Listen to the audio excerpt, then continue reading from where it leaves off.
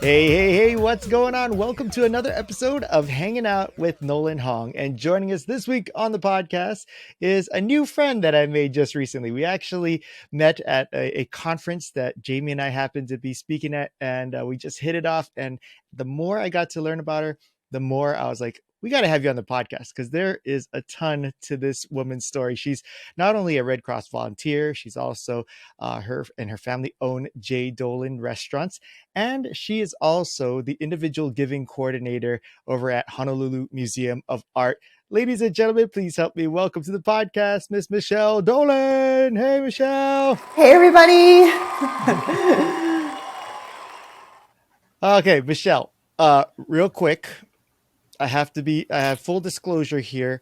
On the desk here to my left is this weird random like powdery substance that I just noticed, and I have no idea what it is or where it came from, which prompted my first question for you, which is, being that you are a restaurant owner and that you serve pizza, what is like the weirdest topping that you either have tried on a pizza or that you are embarrassed to admit that you like on your pizza? All right. I guess the weirdest topic, we had a pizza special, and it had duck egg on top. So that was a number of years ago, but that was a really popular special. We had that for about a week. I think it was called the Drunken Duck Special. It was amazing. Yeah, it was very popular, but it was also a little weird.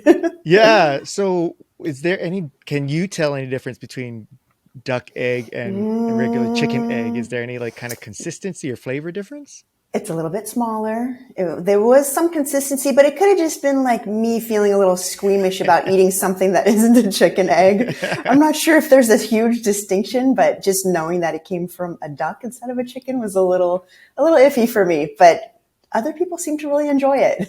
So how was it prepared? Was it like scrambled or sunny side up, or was it like raw? sunny side up? No, it was sunny side up, but on the pizza. So yeah. Interesting. Yes. So then with that being the case, have you also put just regular chicken egg on pizzas too? Like, was that something that was maybe normal? not so much like scrambled egg on pizza or anything like that, but we do a really great variation on our specials. So maybe not always eggs, but sometimes we do like a sweet type of pizza that might be more of a sweet savory thing rather than just your traditional cheese or pepperoni. So every day we have a number of specials. So our Chinatown location, they usually have 3 different specials every day.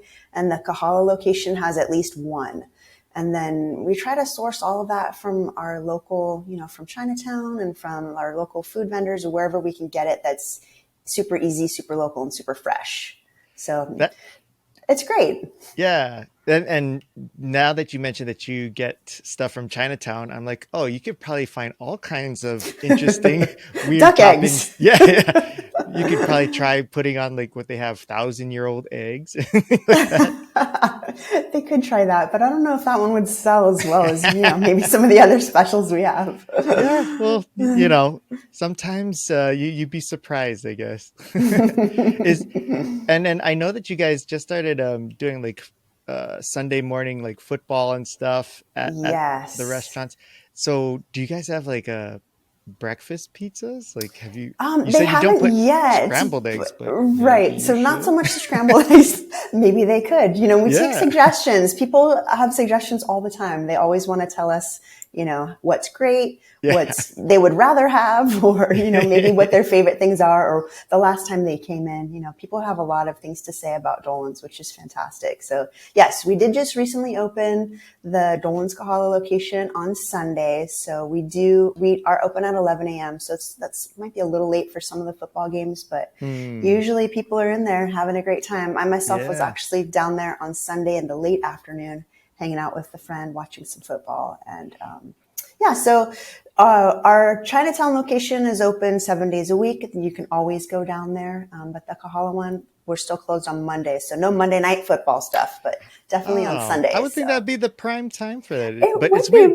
Yeah, but Kaimaki, the businesses don't open on Mondays for some reason. What is there like an agreed assumption, deal that Kaimaki Kahala just doesn't work on Mondays? I think it's a staffing thing, but no, it's more of a staff. Remember the Great Resignation? Remember how that was a thing? Yeah. So there's a ripple effect. People had a hard time coming back to work, or maybe they wanted to do a career change, or maybe they left the islands. Things have really shifted since then. So yeah, great resignation. And then, we were hoping for a great return where everybody would want to work, but it's not the same as it used to be.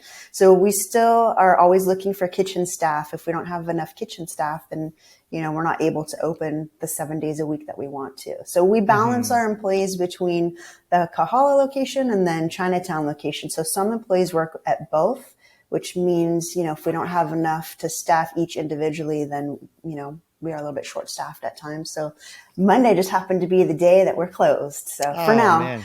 For now. Yeah, for now. Yeah. You mentioned that, you guys get a lot of suggestions from people. What's the worst suggestion that you've gotten? Have you actually taken up people and then tried and ooh, we shouldn't have taken them up on that suggestion? I don't know so much about that. It's more of we have a formula. We feel like it's successful. We don't want to try to change that too much. So we have gotten suggestions for dessert. You should have this dessert. You should have that dessert. But we don't have the capacity to make it in our restaurant. And then we would need to get that from somewhere else and bring it in and whatnot. Yeah. So that's one suggestion. We've thought about it, but we've also said no for the time being about that. And then also, being open earlier in the day, we just don't have enough time in the day to prep, right? Especially for open 7 days a week. We end up making dough balls on the night before for the following day. So, there's a lot of work that goes into preparing to be open, and we're really not a breakfast place. So yeah. Yeah. I guess those are the main suggestions is, longer hours and then dessert.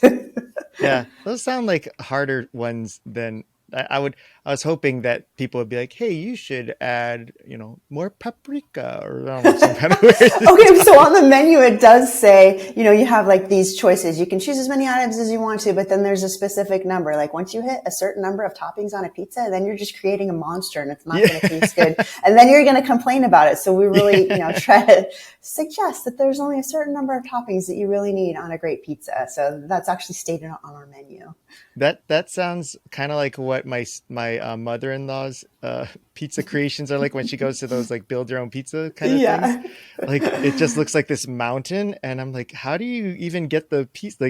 When she gets the slice, it just falls off. Yeah, you're losing it. It's terrible. Yeah, I was like, where's the pizza? It just looks like you just put a salad on there. That's right, all those toppings. It doesn't get baked, or it just doesn't come out like a pizza should. So yeah. So I know there's so many other things I want to talk about, but since we're on the topic of pizza for now, I'm just curious, was this something that you had, as far as cooking or the restaurant business or pizza, that was something that was part of, your growing up or something that you wanted to do? Or how did you and your family kind of get into this industry?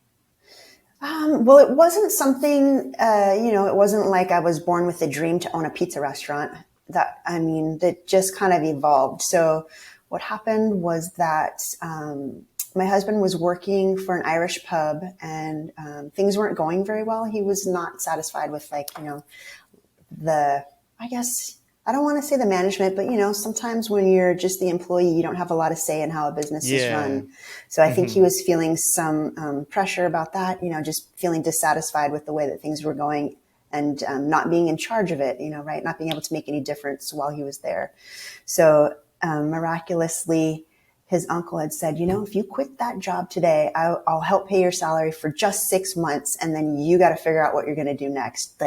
I'll help you out, but you have to leave today. If you don't leave today, I'm not going to do this deal with you. So it was like an all or nothing, given the opportunity to take this huge risk and a really big chance. So at the same time, I was working full time already. So, having me as the backup and making sure that we had, at least enough money to put food on the table and just basically survive as, young adults and got kids and whatnot. So within that, what was in it for his uncle to offer him that? What was his uncle's an established businessman. So his uncle was also a self-made businessman, and he also knew what it would take, right, to take that chance. You really have to be brave. You got to know that people are going to tell you no along the way, and no doesn't close doors. It just shifts your direction, right? So knowing that, trying to find your own way and being independent and taking those chances without having any restrictions really opened up doors for my husband. So he didn't have a business degree. He didn't have a restaurant degree. He just knew that he could, with all of his job experience, he knew that he could be a bartender. He knew he could run a bar. He just hadn't gotten the business experience yet. So this was the opportunity for him to learn on the fly, and he did it. So, so 6 months of salary and then another 6 months to pull it all together. And within a year, he and his partner at the time were able to open a restaurant, and it was successful. So there was a lot of hurdles and challenges to go through during that time. I don't know all of the details because I myself was working full time, but I know you're that busy. I was busy. I was the backup plan, just hoping that, okay, I hope this works out. Yeah. So actually my husband was really close friends with JJ Niebuhr. That was his old partner. And then also really close friends with Don Murphy. And so Don Murphy was a mutual friend between those two. And so Danny was looking to start a business, and JJ had some fantastic visions and recipes. And so he introduced those two. And within a year, they had started JJ Dolan's, and it was a hit right off the bat. So along the way, my husband learned how to, get a business loan, how to apply for a liquor license, how to meet the neighbors in the neighborhood, how to create mentor-mentee relationships, learn what it takes to go through a construction project. There was so much that happened in that year, and being a first-time business owner, usually banks, they don't want to take a risk on you. So we were really lucky that Hawaii National Bank was willing to take a risk and take a chance on us. And so they've been phenomenal to us over all these years. So we're really fortunate. That's pretty incredible because JJ Dolan's, it seemed like to me as an outside person, was just like this huge smashing success, and everyone just loved it and stuff. And to find out that was essentially the first business, like usually you got to go through a couple, right. and then you get the success. It was like out the gate success. That's pretty incredible. We had no idea. We were not expecting that. We just thought, it's just going to be a little hole in the wall bar that's going to serve pizza, and it's going to be like a little local watering hole. But I think like the stars aligned somehow. It's a really simple recipe for success, that we have great pizza, beer and wine. Anyone can go in there. You can be dressed up for date night, or you can be straight off your construction worker job. Anyone is welcome. Teenagers are welcome to come in and have pizza with their families. Like, we wanted to be that place in the neighborhood where everyone was welcome. So it really worked out for us. And then, we started the original Dolan's during a recession. So people were really looking for something simple and easy, a slice of pizza and a beer, or a Coke during lunch. Like, that appeals to people. If you don't have a whole lot of money, you can still get a slice of pizza and a drink, and you're still happy and satisfied. And then it just becomes the craving, right? Yeah. And it doesn't hurt that it's the most delicious pizza ever. Yes. So were you there when his uncle gave him this ultimatum? It was over the phone. I was shocked. I was like, oh my God, what are we doing here? I was a little nervous and a little worried, but also really excited because I could see the excitement in my husband. So Danny, he was like, I have had enough of this place where I'm working. I can't do it anymore. I am, if I could run a place, it wouldn't be going like this. And then I think, he had a lot of conversations with his uncle. He's been really close with his uncle over the years. And I do think that having seen his uncle go through the ups and downs of being a business owner and a businessman himself, I think he knew somewhat, not what to expect, but maybe it was a familiar road, right? Seeing someone make some money, but lose all of their money, and then make some money and then lose all of their money, the ups and downs of that. I think there's a thrill to the chase, right? And I could see that he was feeling that in the very beginning. And so, knowing that I had a full-time job and I was the plan B, I was like, okay, well, do what you got to do. Let's do this. I'm super excited. It was inspirational, So that entire year he was working on setting up this business, but also he was around a lot, working on his business plan during the day, figuring out financing, working on all those things, but then being really excited and having all these great conversations in the evening it was a fantastic year. even though there wasn't money coming in for him, it was still a great year for us. So I look back fondly on that time, just seeing the excitement, of the excitement and a little bit of like the scariness of all of that, right? It's not a guarantee. There was no guarantee it was going to go the way it did. And so we were very surprised that right off the bat, it was busy. So I'm so curious about what the feelings you were going through and how you were able to latch on to the excitement because, one, I can understand it's from his perspective. It's like, this is what he wants. It's his dream and he's got these ideas and such. But for you being kind of going along for the ride in the sense of that, but I mean, ultimately you were actually driving the bus because you were the one that everyone was relying on to keep the gas in the tank. Right. But then right. like for me, like, I mean, I grew up in an entrepreneurial family household. So like I was around it. It wasn't a foreign concept to me. And so I at least had that luxury of knowing what it looked like. For you, did you have that before? No, right? So how did No this got to be idea. such a different experience for you than it was for, say, him or Yeah. myself. So what was it like Yes. for you? Well, I think the first time I got scared during the process was when I needed to sign some paperwork that we were putting our house up for collateral. Ooh, wow. Yes, yes. So the bank wanted to have something in return should our business not be able to pay back our loans. How are they going to get paid? And so we had a tough conversation about that. And it was actually really frightening to think like, okay, the house that we just bought, I mean, maybe it's not worth a whole lot, but it's our house. This is the only big asset we have. We signed paperwork saying that, should this thing fail, that they would, take the house.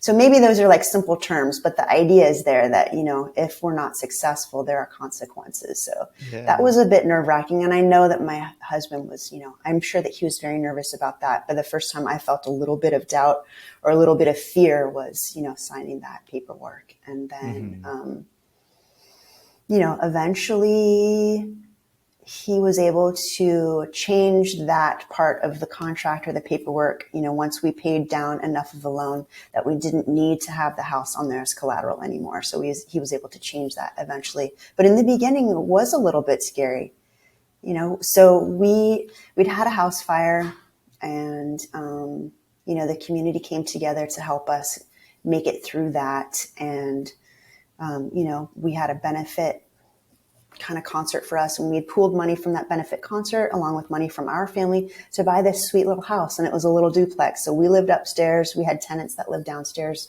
to help pay that mortgage. And so at that time, thinking about, okay, well, not having that house anymore, what does that mean for us? So I didn't want to think too hard on it, but just knowing that we were signing that over as collateral was a bit nerve wracking.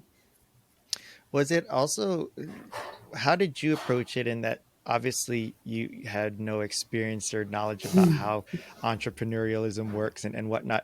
Where is it more of like, just close my eyes and hope it works? Or were you kind of getting in there like, let me understand this better so I feel less concerned? Like, yes. So I like to ask questions. Yeah. I like to know what's going on. I like to, I'm not super duper involved, but I do like to know, okay, well, how much do we owe? How fast are we paying it off? Yeah. Is there a chance that we are not going to be able to make these payments? And if we do, what's the consequence? So those are all real questions. I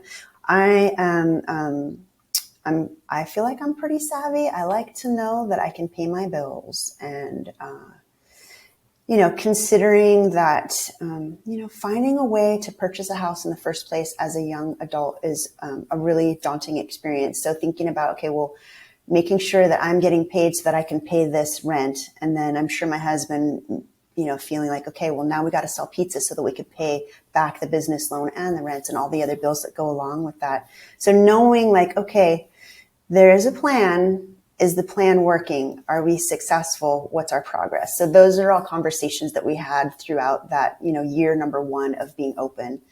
And then also the surprise of actually making money and being like, oh, look, we're actually paying stuff off. Oh, look, we only owe this much. Or, oh, great, we've paid that loan off. We can scratch that off the list. Like seeing the progress and seeing the milestones, those are important things for me to feel comfortable about what we're doing.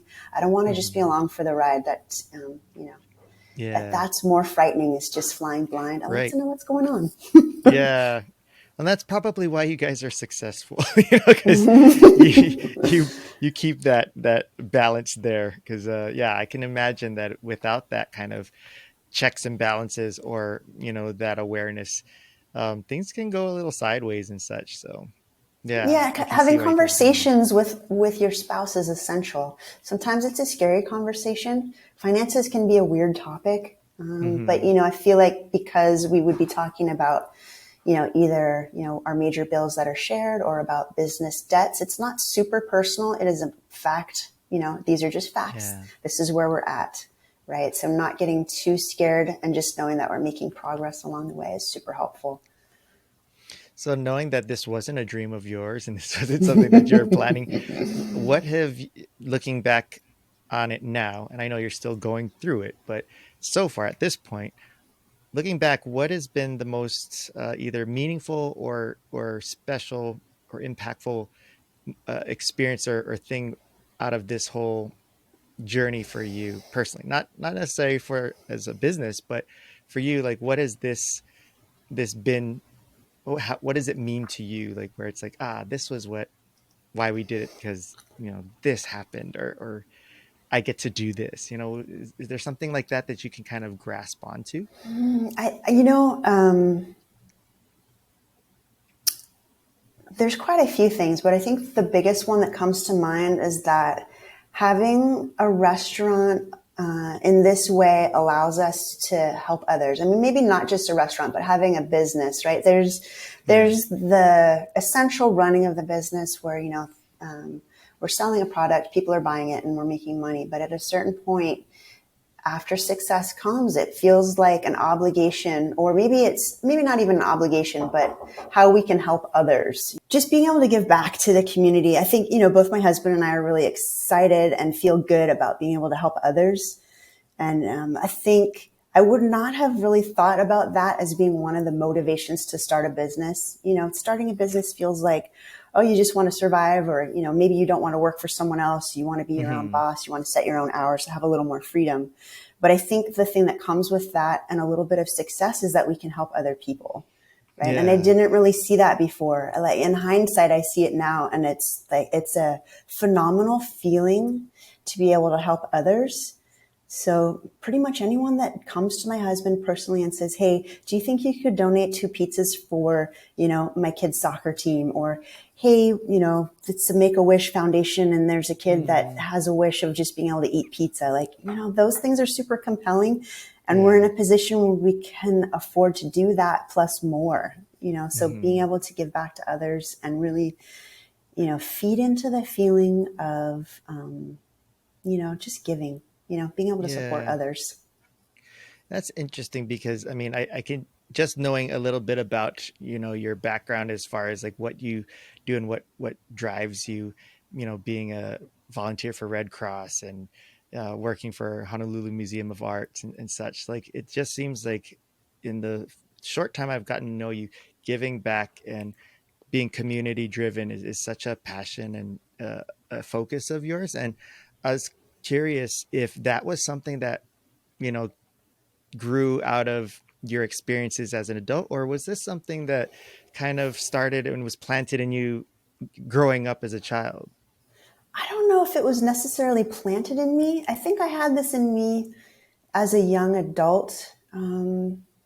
Yeah, my family that I was raised with, they're just a regular family. We didn't own businesses. They didn't volunteer in soup kitchens. It wasn't anything like that. It was just, kind of like just a regular normal family. And, I did, my husband and I, Danny and I actually joined the Peace Corps. So we were in the Peace Corps together. So that kind of spurred a giving back and, living in a third world country for a couple of years and seeing how just being there can help others. You don't have to give money to help others. If you have time, you can give it. Just being there, or just, just being a presence to someone can really support others. And so I think I felt inspiration from that. So that was back in 2000 to 2001. We were in Central Asia, and we were in a little country called Kyrgyzstan.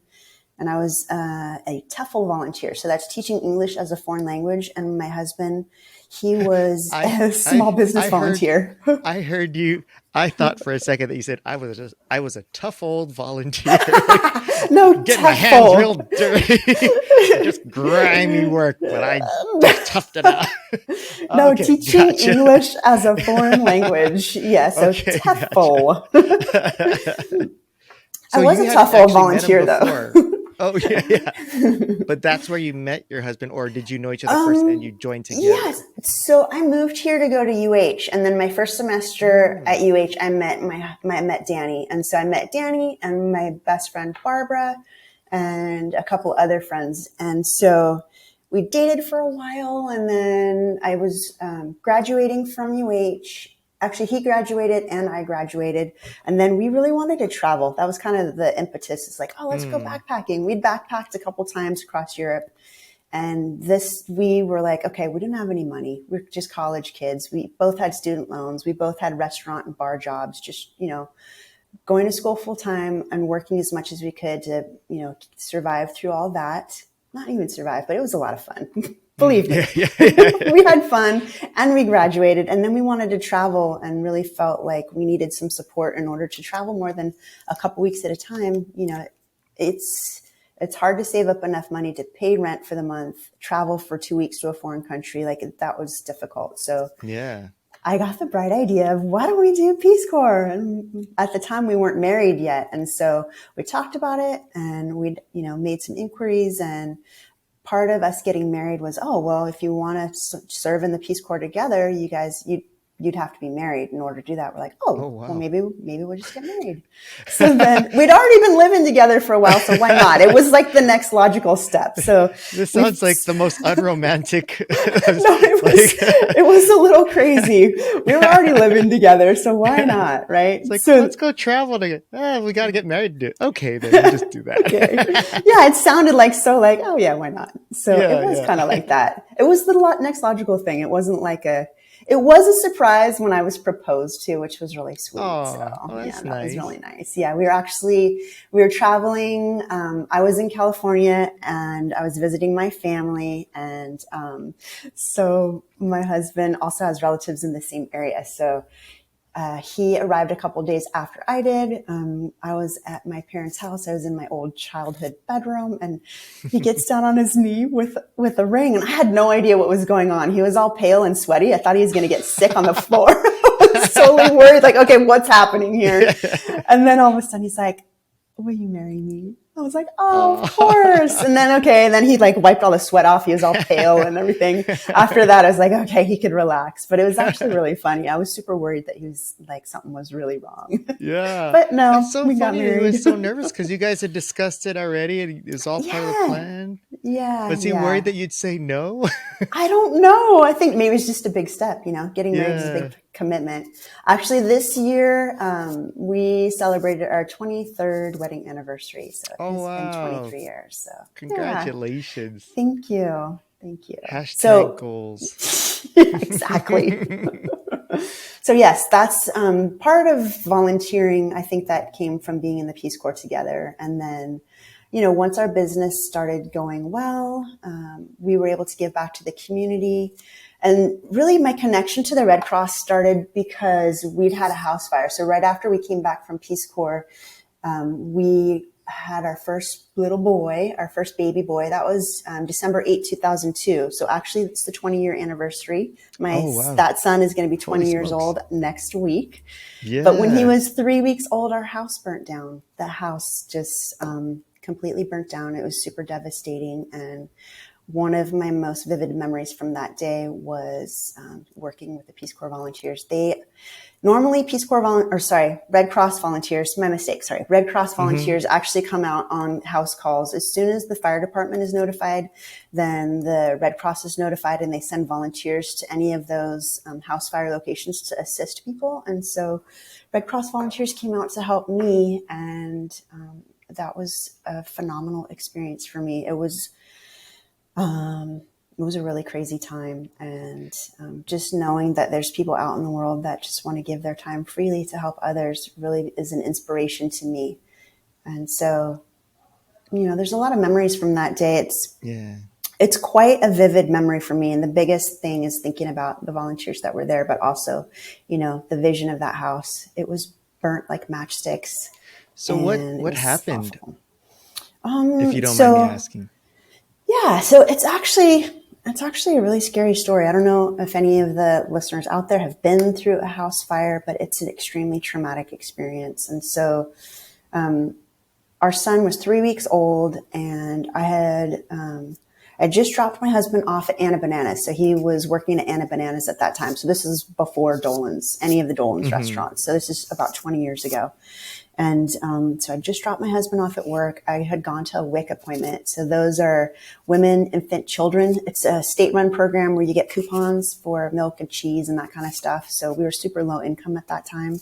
Hmm. And so I was coming back from that appointment, and my neighbor that lived behind me called me. And she and I were pretty close at the time. We used to work together. And she called me frantically asking me, "Where are you? Like, I don't know where you are. Where are you?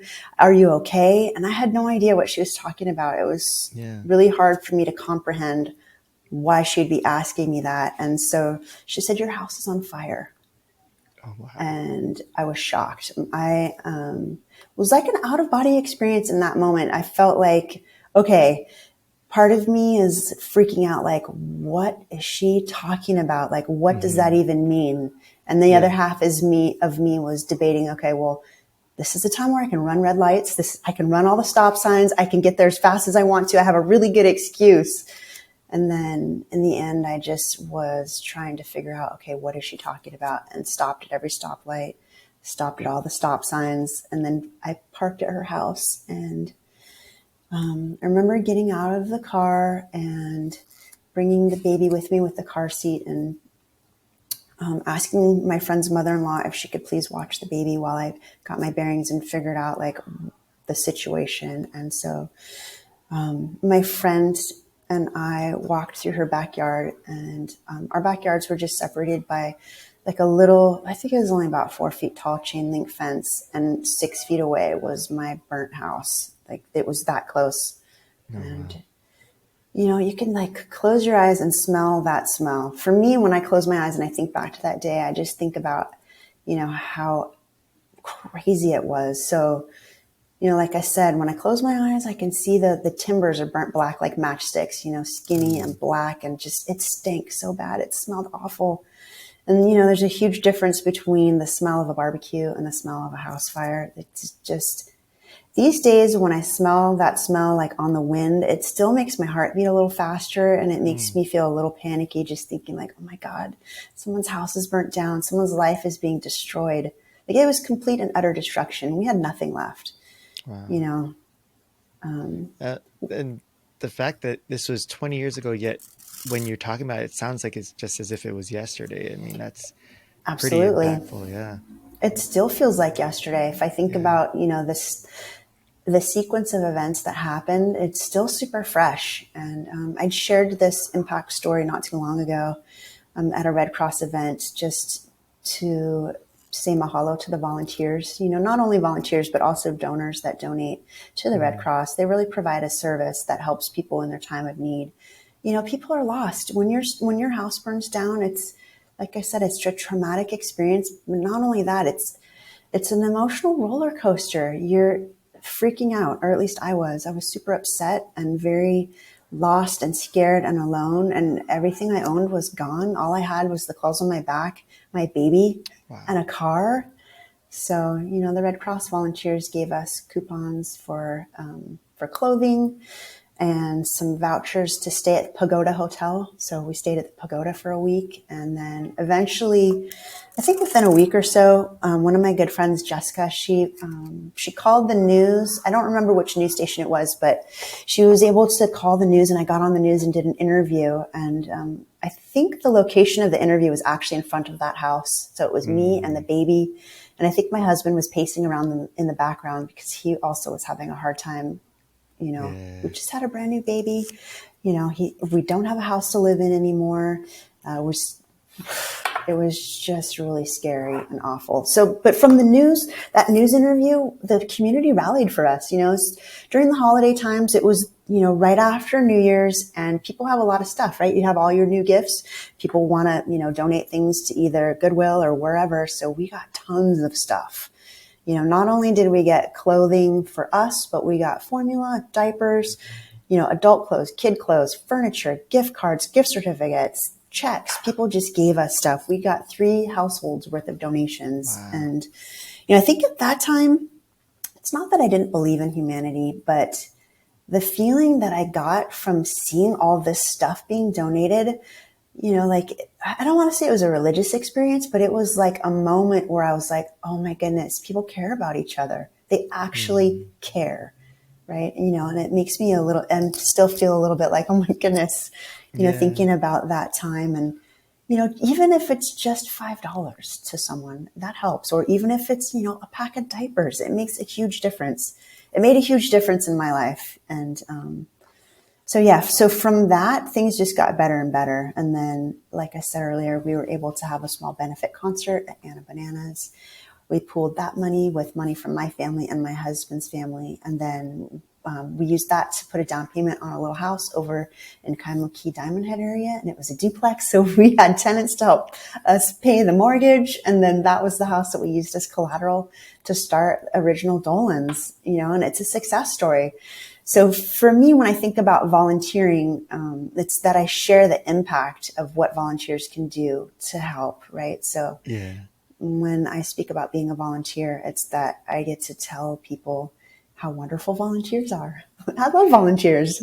Yeah. And from your story, it almost seems like, because I know you mentioned like, oh, even, if you just give $5 or a pack of diapers, but what I take away from it is that the value of the gesture is so much greater than the value of the monetary amount, in that what you mentioned is that people cared, and there's just something empowering about that and powerful in that feeling of knowing that you're supported, or that people recognize you as a person, as as and that can mean so much more than just like the dollar amount that they're getting. And to see that energy that you got from all that support channeled into this amazing story, where now it can go back full circle, where you can not only impact people through your volunteering and donations, but encouraging others to recognize that they can volunteer. And it just becomes this such a big whirlwind of amazing, like trying to make the world and the community a better place. That's really amazing to me. That's why when I heard your story, I was just like, this is incredible, because it's so easy to hear like, oh, donations and everything's good. And people just think like, oh yeah, I don't have the funds to donate money, but that's nice. It's like, it's not the donations part. It's the energy and the love and the heart behind that. Right. And the Right. impact too, Yeah. knowing what the impact is, that's a huge part of being a volunteer or donating your time or donating money. It's just, I personally feel like,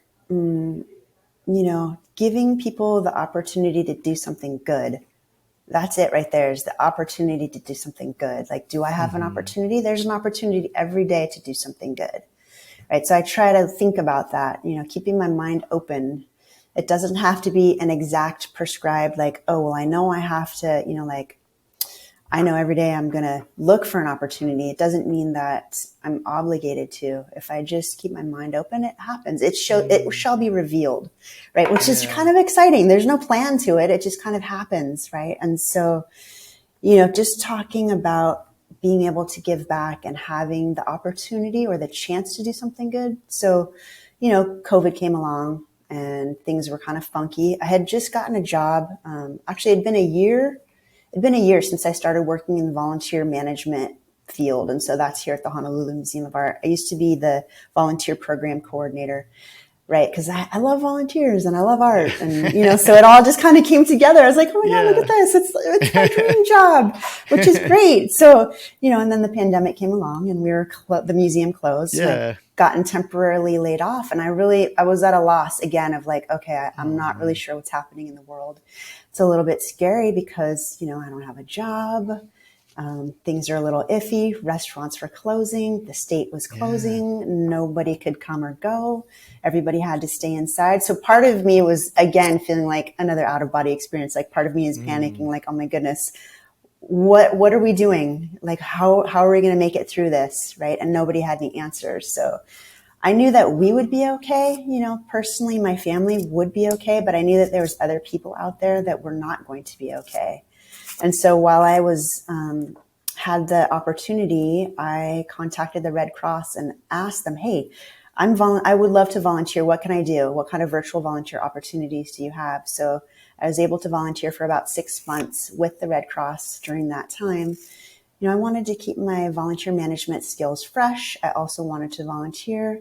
I knew that it wasn't necessary to panic. Like, I didn't need to find something that was going to pay me. I'm just going to have faith that things are going to work out. Right now, other people Wow. need my help. So why don't I give what I can? And I know I've got time. So why don't I give that? So it Wow. was a great opportunity. That it felt like, there was a lot of people that were working in essential roles that they weren't going to be laid off, but they're also being faced with choices, right? Were they Mm-hmm. going to work through and take the risk of getting sick? And at that time, people were dying, but there was no vaccine at that time, and we didn't know how coronavirus was going to affect people, what the long-term effects were going to be. So there's a lot of fear involved in that. I was just trying to lean into, okay, I'm at home, I'm going to be all right. What can I do to help? So I was volunteering virtually for a bit.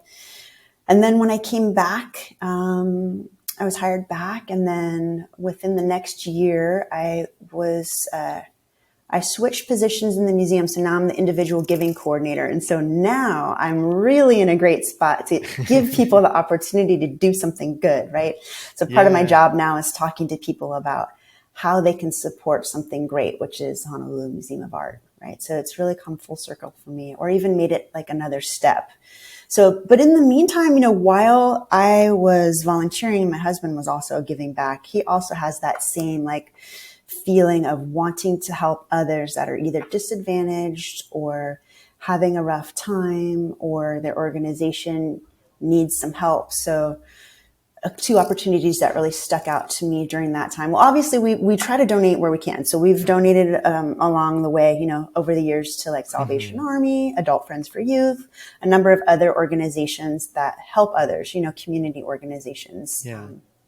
But during the pandemic, we partnered with the Show Aloha Challenge, and there was one week where we produced 100 pizzas a day, 7 days in a row for an Ooh. entire week, which is a lot of pizza. That's a Yeah. lot of pizza, right? So then the Show Aloha Challenge, they were able to give those pizzas to all the healthcare workers across Oh, across the cool. island to support them, right? I mean, they're essential workers. They're also at risk. They're doing the best to, battle the pandemic and just to survive, right? So it felt great for us to be able to give back. And then there was one other opportunity that really is like pulls on my heartstrings.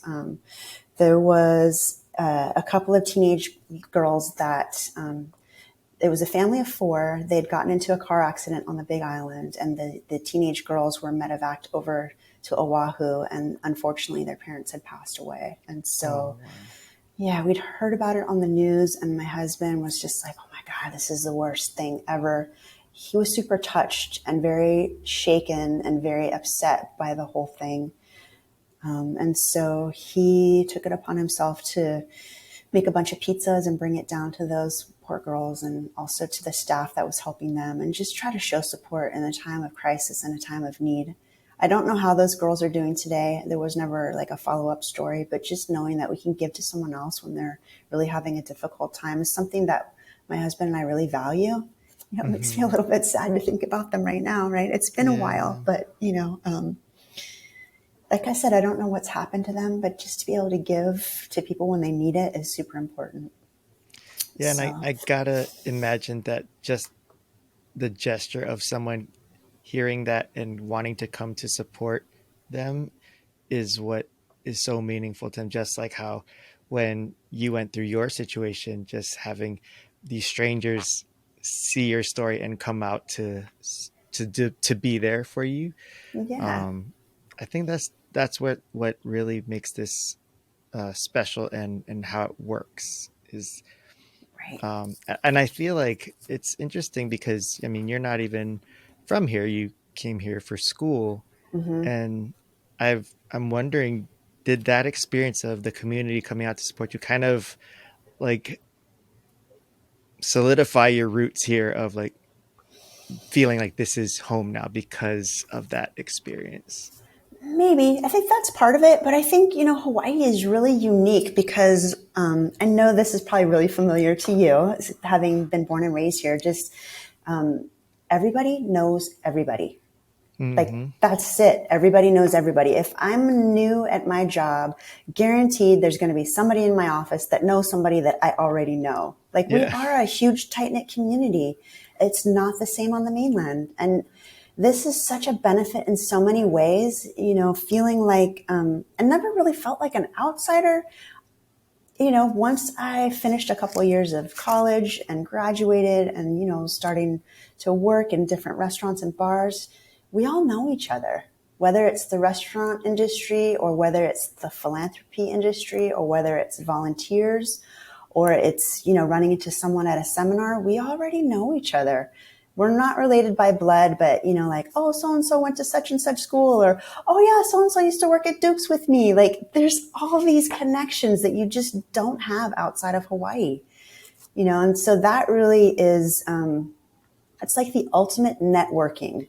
Whether you know it or not, you're already networking. And it's not really to be used as a business tool. It's just about how we can support each other in the community, right? Like, Yeah. it's not available like that on the mainland. It's very different. And Hawaii feels like a small town, even though we're a really big state. And it even happens on the outer islands too. Like, as time goes by, friends move to Maui or Big Island, and then now you've got your whole set of connections over there, right? Or so-and-so's family is from there. So for example, my older son, the one that was the baby at the house fire, Mm-hmm. he's going to be 20 years old, and he's like dying to move to the Big Island and like live his life and go. And it turns Why out Big that, Island? I don't know. He doesn't want to go to the mainland. It's too big and too scary. He just wants to check out the Big Island. That's the next step is the Big Island. And That's so awesome.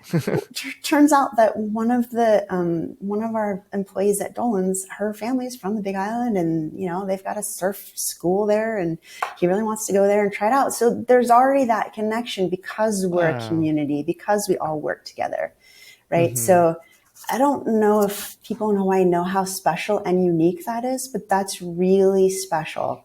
We don't Mm-hmm. have that in mainland, and just yeah, I've been here for a long time, and sometimes I feel like, oh yeah, mainland, it's my home, but also Hawaii is really my home. I've lived here Yeah. for my whole adult life, and I have a lot of connections and a lot of friends here. And as time goes by, they're more, I don't want to say deeper connections, but we just value our relationships so much more. Just knowing Yeah. people and their stories and seeing a small business become a success, not just ours, but we're really rooting for all small businesses in Hawaii. When we see one close or one open, we're like, yeah, or oh shoot, or Yeah. right? There's a lot of emotional attachment for this group that we have on this island. So it just feels like a tight-knit community to me. And that really, like, it keeps that ball rolling, right? Mm-hmm. Supporting each other is really important. When we're supporting others, we're really supporting ourselves. Yeah. And why? What caused you to come to Hawaii for school in the first place? What's the story behind that? So my dad had a job offer. So he was working for, I don't remember exactly what it was. It was like an engineering firm or something like that when I was in high school. And he had worked on a project that was actually the H3. So Oh, no way. yeah, so he was based in the Bay Area. So I think that firm might have been either in San Francisco or in San Rafael, which is Bay Area.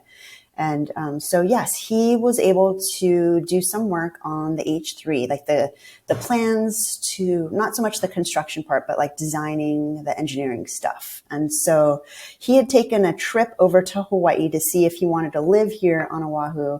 And I was like, oh my God, yes, we're moving to Hawaii. And then in the end, he was like, no, we're not going. So I always was like, okay, well, I really want to come back to Hawaii. We had this opportunity and we missed it. So I'm going to make it happen for myself. So then I did junior college for a couple of years, and then I transferred to UH, and then just like made my way out here. And just really, I think because my parents didn't have a lot of money and they weren't going to pay for school, at that time, the support that they gave was to pay my long distance phone bill, which isn't a thing anymore, right? Because we have cell phones. But at that time, it was like, okay, long distance calls, they were really expensive. So my parents helped me with that. But other than that, I needed to get a job right away.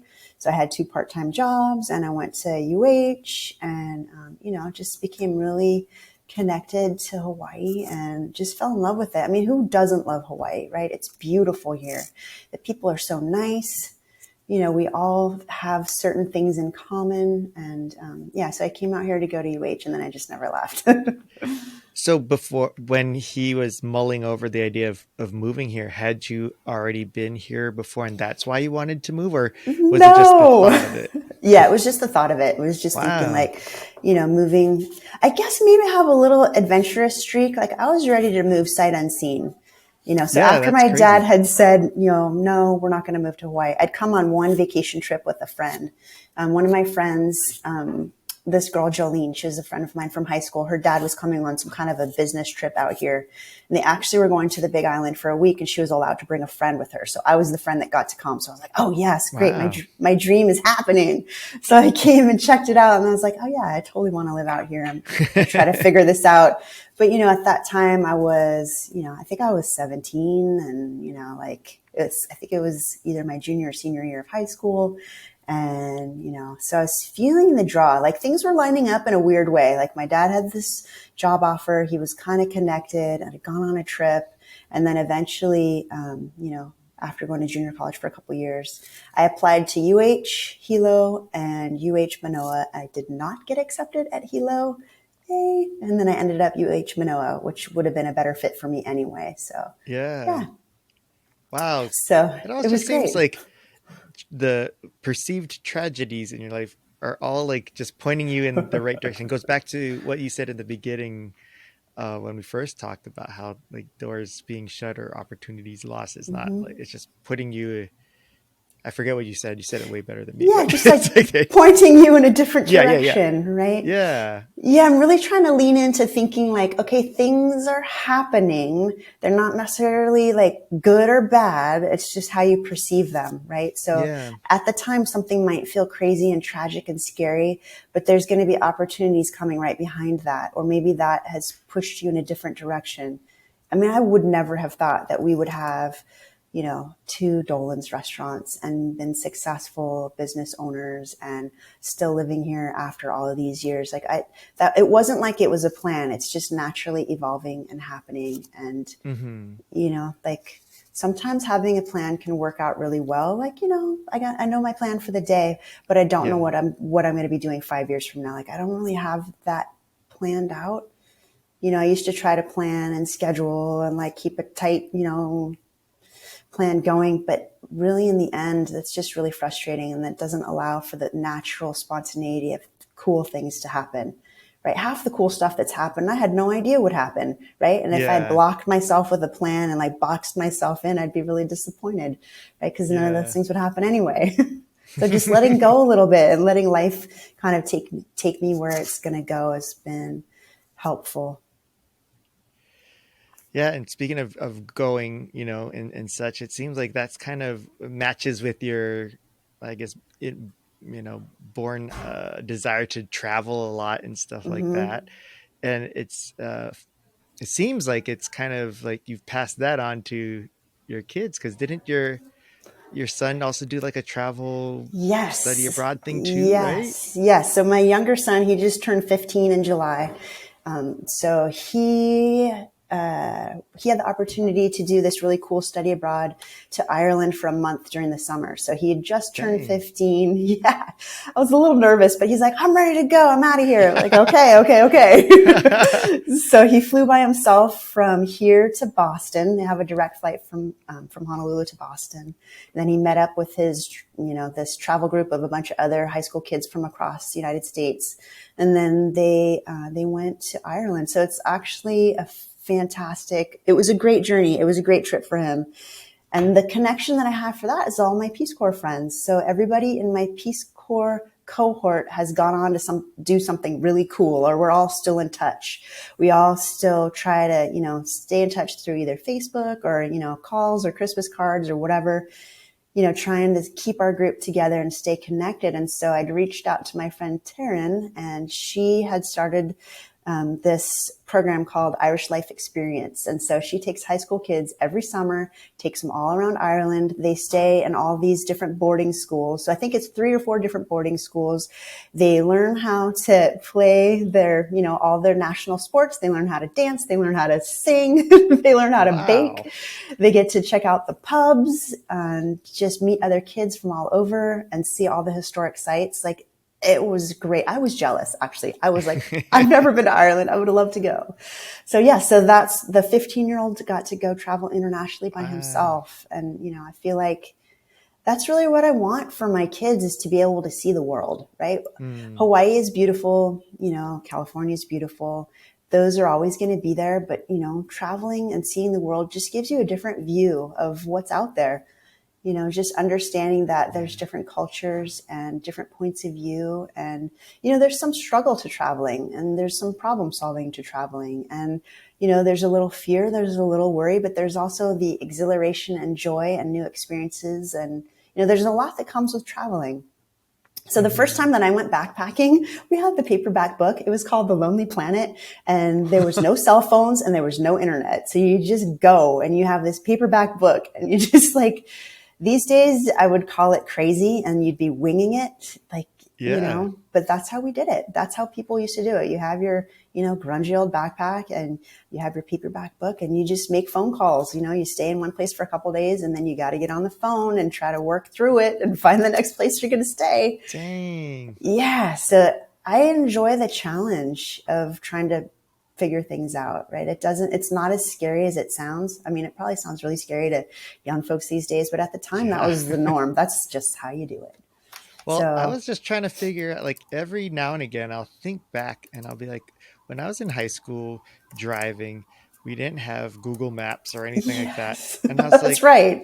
How did we get around? And I cannot figure it out. I cannot remember how that happened. And I'm also I know I hung out and met my friends a lot, but we didn't have cell phones. So how did we know where to meet each other? It's just this bizarro world that apparently I lived in back then. Right. I don't know. How did we meet people? I mean, I guess you would meet people either okay, you got to set a time. Okay, 4:00, we're going to meet out by the soccer field. Okay. And then just show up. Right. And if you didn't show up, it wasn't you're going to, text them or be mad. It's well, I couldn't go, and there's no way to tell you I couldn't go. So I just didn't go. I was did we ditch people a lot? Because I can't imagine that I was on time very much, because I'm always late for things now. So did people just leave me behind when I was late, or were people just really patient and waited forever for each other? It's a weird world that I can't. Yeah. So I'm Gen X. Yeah. And so there's all these things now on TikTok and Instagram where they have here, they describe the Gen X person as, we know stuff from before the internet. So we're savvy. Yeah. We know how to get around without using Google Maps and all that jazz. But we also know some internet stuff. So, we can look stuff up, or I don't know, we know how to use technology. But if technology died, would you be able to survive? I know I can. Can you? Right? That's the question. Yeah. That makes me wonder. Can I? Can you? I don't know. Well, you're talking about your adventures in backpacking. Do you have a memory of either the sketchiest or weird, craziest experience from backpacking? So I've got a recent crazy experience. It's not totally mine, but I will share this with you. So, okay. My husband and my older son decided to go to Turkey for 2 weeks. So this is... Why Turkey?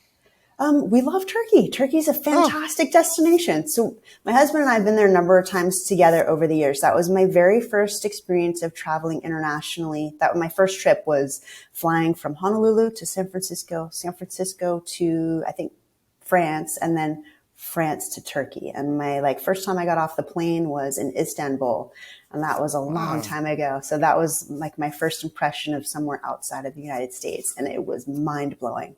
So, so I've always had a love for that location, like nostalgia, and my husband has too. And so he decided, oh, well, I'm going to take he decided, take Jake on this trip. And I was a little jealous that I didn't get to go, but it was good bonding time for them. So they went the end of October into the first week of November. So this is really recent. And 3 days into the trip, my husband texts me and says, oh, by the way, Jake's knee's hurting. He's not feeling great. We might not walk around today. I was like, okay, it's a little nerve wracking, but I'm, a million miles away. There's not much I can do, but just offer support. Like, oh, I hope he feels better. And then 3 more days goes by and I get a text saying, oh, we're on the way to the hospital. I was like, oh my God, wait, what? What is happening here? And again, I'm a million miles away. There's nothing I can do. So my mind is racing, right? So I'm like, oh God, what is going on? So I know the town that they're in. So I Google the international hospitals in that town. And I text the question, oh, do you know what hospital you're going to? And my husband texts back, I have no idea. We're in the back of the ambulance going for a ride. I was like, oh my God, I'm really scared for these people.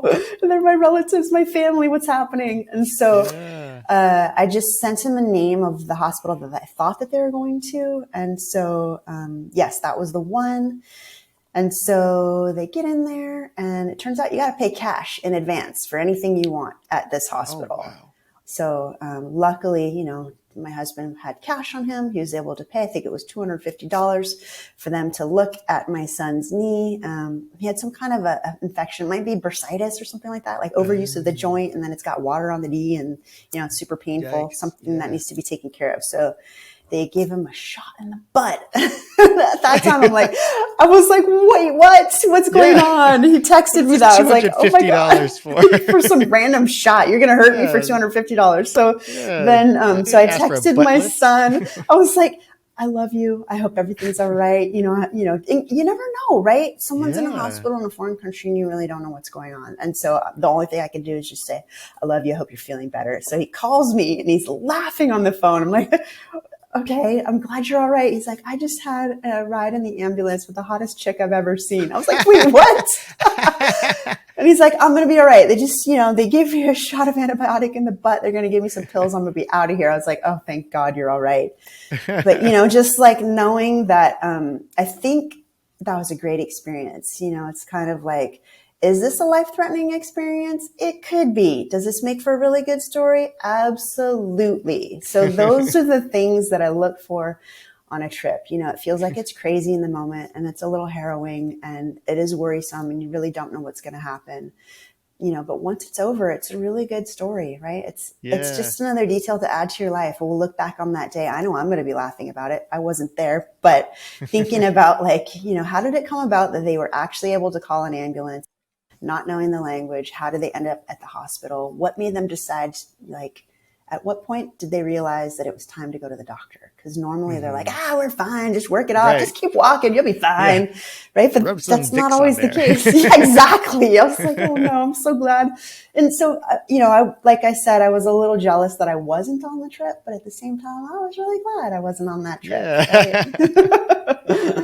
So Yeah. that was crazy. Yeah. I don't know your son, but I feel like inclined that I should make a T-shirt for him for Christmas saying I traveled all the way to Turkey and all I got was this shot in the butt. Yes, that would be him. Yeah. So yes, but he enjoyed Uh, his first international trip. He said it was amazing and he would yeah. definitely go traveling again. And so, yeah, that is the goal, is to see the world and, be of service when you can and really help others along the way. If you have time, great. If you have money, Hmm. great. Or just being mindful about how we are out in the world. So, It's interesting that you have this desire and hope for them because especially experiencing it firsthand, seeing, my wife Jamie and our kids are not of the age to graduate yet, but she's already thinking about like, oh no, 2 more years and then Trent's gonna graduate, then he's gonna go to college, and then he'll move. Like she's like already in tears, and this like fear, or not fear, but like anxiety of they're gonna leave, and it's gonna Mhm. be heartbreaking, and yet here you are like, go get out there, see the world. Like, what are you A little doing here? Why are you bit. here?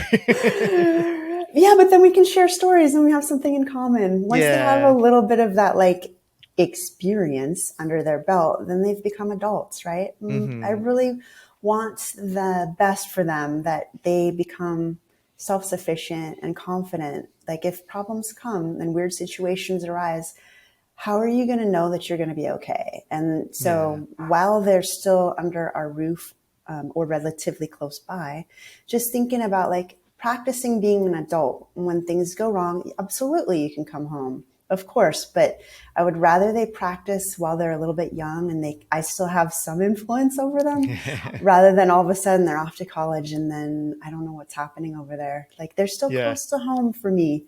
Like, yeah, it is nerve wracking thinking about them moving away or moving to the Big Island or moving to the mainland or somewhere else. But I want to know that they're okay before they go. So that's why I want to Yeah. give them these opportunities to be out of the country for a month and then come back and tell me all your experiences. What was great? What worked? What didn't work? Do you want any advice? Are you okay? Like, how do you balance your own budget? Like those are all things I want them to know before they're officially out of the house or officially gone off the Yeah. island. Like that, maybe it's like a planning thing, or as a mom, just like making sure everybody's got their lunches packed and, water bottles are ready. Now it's like, okay, making sure they can travel internationally and they know how to call the ambulance, and, like being away and then coming back is really, Yeah. it's like training to be the adult I'm hoping that they'll be. So is with all of your travels, is there still a place that you have not gone to yet that's kind of like on your bucket list of places to go? Yes. So I haven't been to Japan yet. And Really? yeah, I know that seems totally Wow. crazy, right? It's totally Yeah. cuckoo. But I've got a friend and her son is going to be doing a study abroad and he's going to be over in Japan, I think not this semester, but maybe in the fall. I'm not sure exactly when. But as Hmm. soon as her son is over there and set up, we're going to go to Japan for a week and go check it out. So I am Oh, super awesome. excited. Yeah, that's my Yeah. that's my next stop. So yay. Oh man, I went there for the first time a few years ago, so I was kind of a late bloomer to Japan as well. but but man, the food, like I still dream Yeah. about it to this day. The food was so good, and it really ruined sushi for me because Oh, when I did came it? home, Oh yeah, because when I no. was eating it there, it's like this is really good, but I'm sure I'll be fine when I go home. I've had hmm sushi there, I love it. And when I went home, it was the craziest experience. I like eat the sushi that I had grown up loving, and I'm like, "Bleh, this, what is this crap? Like, I'm why worried would you about give this that to me?" Yeah, it took me like 2 years before. Now I can go and I'll go like Genki Sushi. I'm like, oh, this is great. But yeah, it took me a long time to kind of wean off of this, like taste for Yeah, I good can see that food. happening for us too. We're really into Yeah, eating. I mean, not like volume eating, but like trying different stuff. right.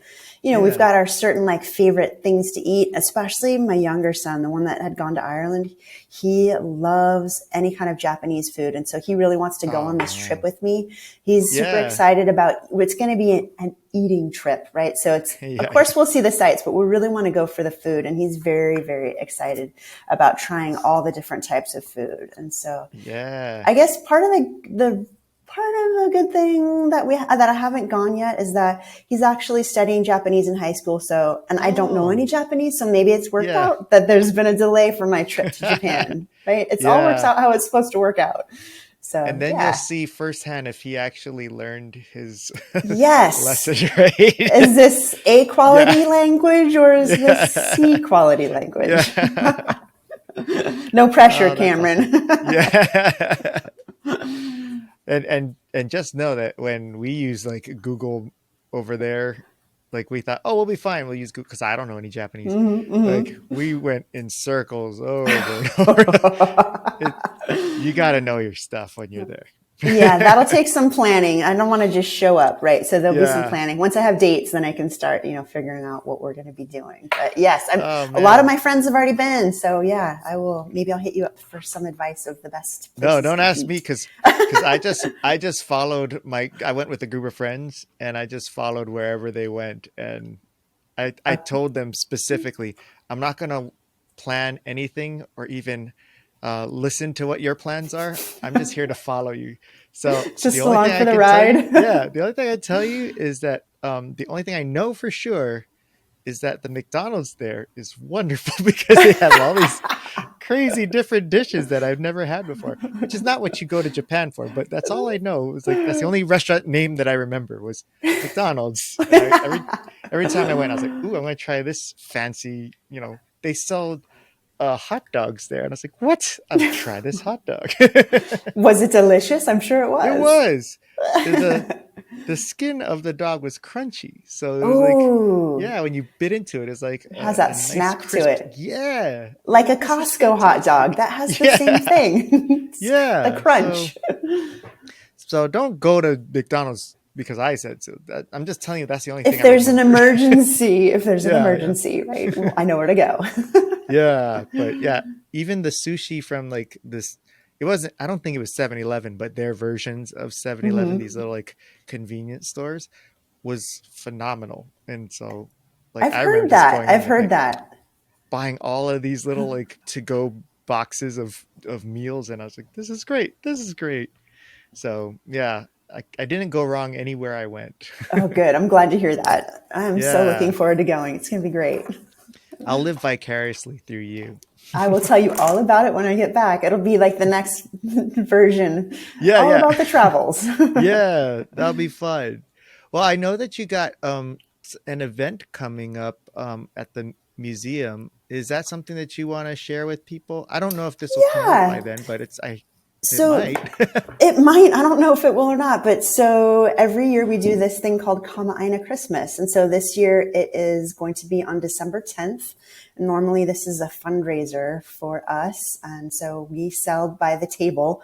It's already sold out for this year. But this is like the big ball, right? Where everybody wears their Mm. fancy dresses and has their, tuxedos and whatnot. And so it's Oh, actually going to fun. be a really special event. I think my favorite thing about this event is that it's at the museum at night. And the really unique thing is that we have tables set up in the gallery and it's a sit down dinner, which is Oh. totally unique. This is the only time of year that food is ever allowed inside the galleries. And we pray that people don't get wild with their wine and their Yeah. food and that, everything stays on the table, please. Yeah. So yeah, but watching everybody set up and just being there in the evening, and they're going to have some really cool auction items, like silent auction items.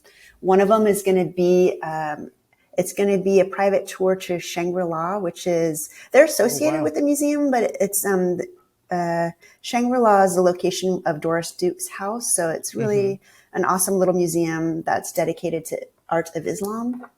And so it's her entire collection. And you can book tours to that through the Honolulu Museum of Art. So it's a partnership that we have with them. So one of the silent auction items is going to be a private tour for 16. And I think you also get to have dinner there too. So that's Dang. really cool. And Yeah, those kind of very are booked cool. up like from what I remember, it's hard to Yes. get, right? Yes, so Shangri-La tours are something that you can book through the Honolulu Museum of Art, and those book really fast. We do offer tours for Kama'aina. I forgot what the rate is, but yes, if you get on there, it's usually a month in advance. So I think on the third Thursday of the Wow. month, you can book for the following month. And then on there, it says which dates you can book for your Kama'aina tour. You get either a discount or it might be free. I can't remember exactly, but That's yeah. super cool. Yeah, so that's cool. And then what else are we doing? We have all kinds of stuff happening. I'm planning some things for the next year. For part of my position is to cultivate relationships with our donors and our members. So thinking Hmm. about like what kind of stuff they want to see throughout the year. Every third Thursday of the month, I do an event called a Think and a Drink for our collectors level members and up. And so that's a small gathering where they get to have sparkling wine and they get to have like cheese and crackers. And then we have something really cool, whether it's a presentation by one of our curators, or maybe it's, build an art project with our learning and engagement staff as our teaching artists. So there's always something really fun going on down here at the museum. And I'm really lucky that I get to work here, right? So Yeah. I got a Bachelor of Fine Arts in Sculpture, and that's as far as I went for school. And I never knew that I would get to work in a museum and work with curators and artists and be surrounded by art every day, and then have the opportunity to share that with other people. Thinking about people that come to visit the museum weekly, and maybe they come in for lunch, but they love being here just as much as I do. So when I'm at work and we're open to the public, it feels great. We all have something in common, which is the love of art. So that's really where my heart is, giving back to the community and being in a cool atmosphere. And I love art, so why not, right? Yeah. And it's so cool because in your position, you have to come up with creative, ideas, and you're surrounded by creativity. So it's almost like they go hand in Yes. hand. Like, it's not Yeah. like, And I'm not oh, what can alone. I we don't do have to do it today? totally by myself. Like it's not Yeah. like I'm reinventing the wheel. Like there's so many people that contribute to my event every month. And, I'm actually super grateful that all departments in the museum, we all, whether it's someone that's working in the collections where they're cataloging things, or if it's someone that's working, in the advancement team, which is my team, we all have the same goal, which is to be able to bring art to the community and make it accessible for everyone, whether you're a member or not, but being able to show that, there's freedom of expression through art. There's creativity that flows. There's so much to experience here, whether it's, you're going to come in and take a selfie in our latest exhibition, or you just want to come and have a quiet moment and sit with one of the Buddhas and meditate, or, have something to eat or drink in the cafe, right? There's so much to be had here. And everybody on staff, we all have the same motivation, is to be able to share this with others. Even if it's not, even if it's, like they're building a new pedestal or they're painting a wall, they still have that feeling of, oh, we're doing this for someone to be able to see what's happening here. So it's great. I love the museum. See, that's really cool because I think there could be, and when I was younger, I'm sure I was guilty of this too, this misconception that, oh, it's the arts, like it's a bunch of snooty, you know, prissy people that don't want people like me in there. But in getting to know you and knowing that there's people like yourself who are like, no, this is something that we want to share, and you said that you want to make it accessible to everyone, like that's completely opposite of this misconception of like, oh, the arts and the museums are for just these like hoity-toity rich people and stuff. It's like Yeah, you can not at hear all. in your Yeah. voice like, no, come on, like let's all get together, let's have a good time, everybody come down. Yeah, absolutely. We want everyone coming in here. Absolutely. It's not just for like the hoity-toity. We have so much cool stuff in here. We have this one exhibition right now. There's a new up-and-coming artist. His name is Noah Harders. He's from Maui, and he's done this really cool exhibition that's made out of all these amazing plant materials. And so he came and hosted an opening and got to talk to our members, and then to the staff. We usually have a little opening where the staff gets to hear directly from the artist, and they share with us about their experience, like how do they ship it over, like what their favorite thing is about their art, or, just any questions that we want to ask them. And it's amazing. We get to learn like all the background and the inside scoops from the artists themselves. So that's always great. If the artist isn't available, then we have curators come and talk about an exhibition.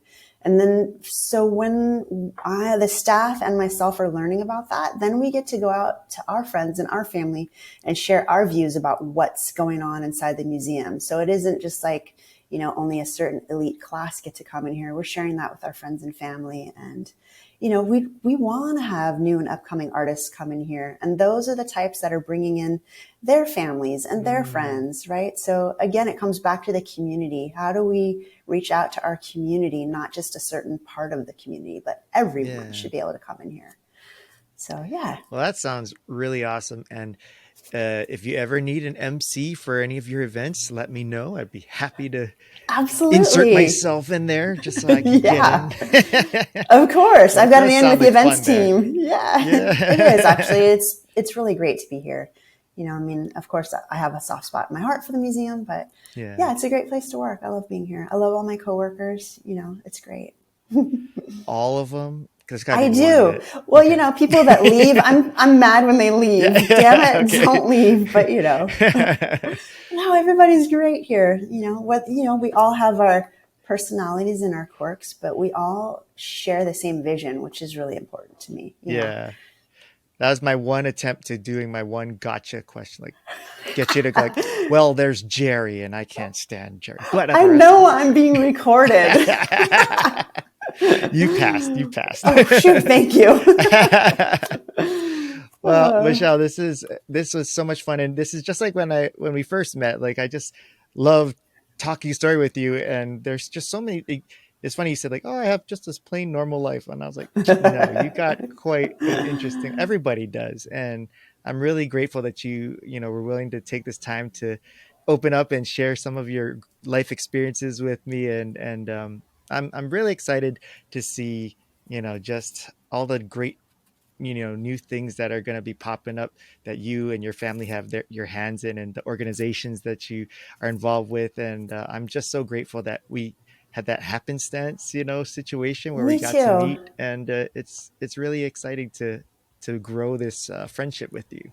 Yeah, I appreciate that. It was meant to be that I sat in on your session and asked you for some advice, and then just being able to have another meeting with you to follow up and, get a little feedback. And then, being honored to be a keynote speaker for the Red Cross was a really big deal for me. And I really appreciate that you're able to help me, like get it together. I mean, it was already mostly together, but just to have Yeah. a professional be able to give me some feedback was super helpful. And it was a smashing success. And I really want to thank you for that. And I am really excited, for our new friendship too. And it's been a pleasure speaking with you.